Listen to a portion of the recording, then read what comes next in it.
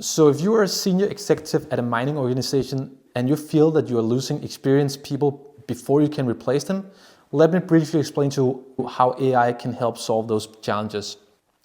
Because when someone with more than 30 years of experience retires, something important leaves.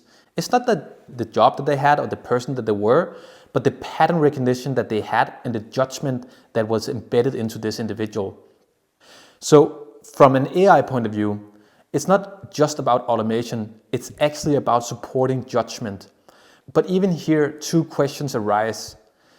When we are considering using AI to support judgment in mining organizations, we still need to take that step back and understand what is the actual business value that we are trying to improve.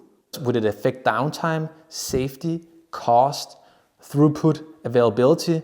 And secondly, even though this person retires or did retire, do we have the available data today to do something tomorrow? If you cannot answer any one of those two questions comfortably, it's probably not the first place to start if you are considering launching your first AI initiative.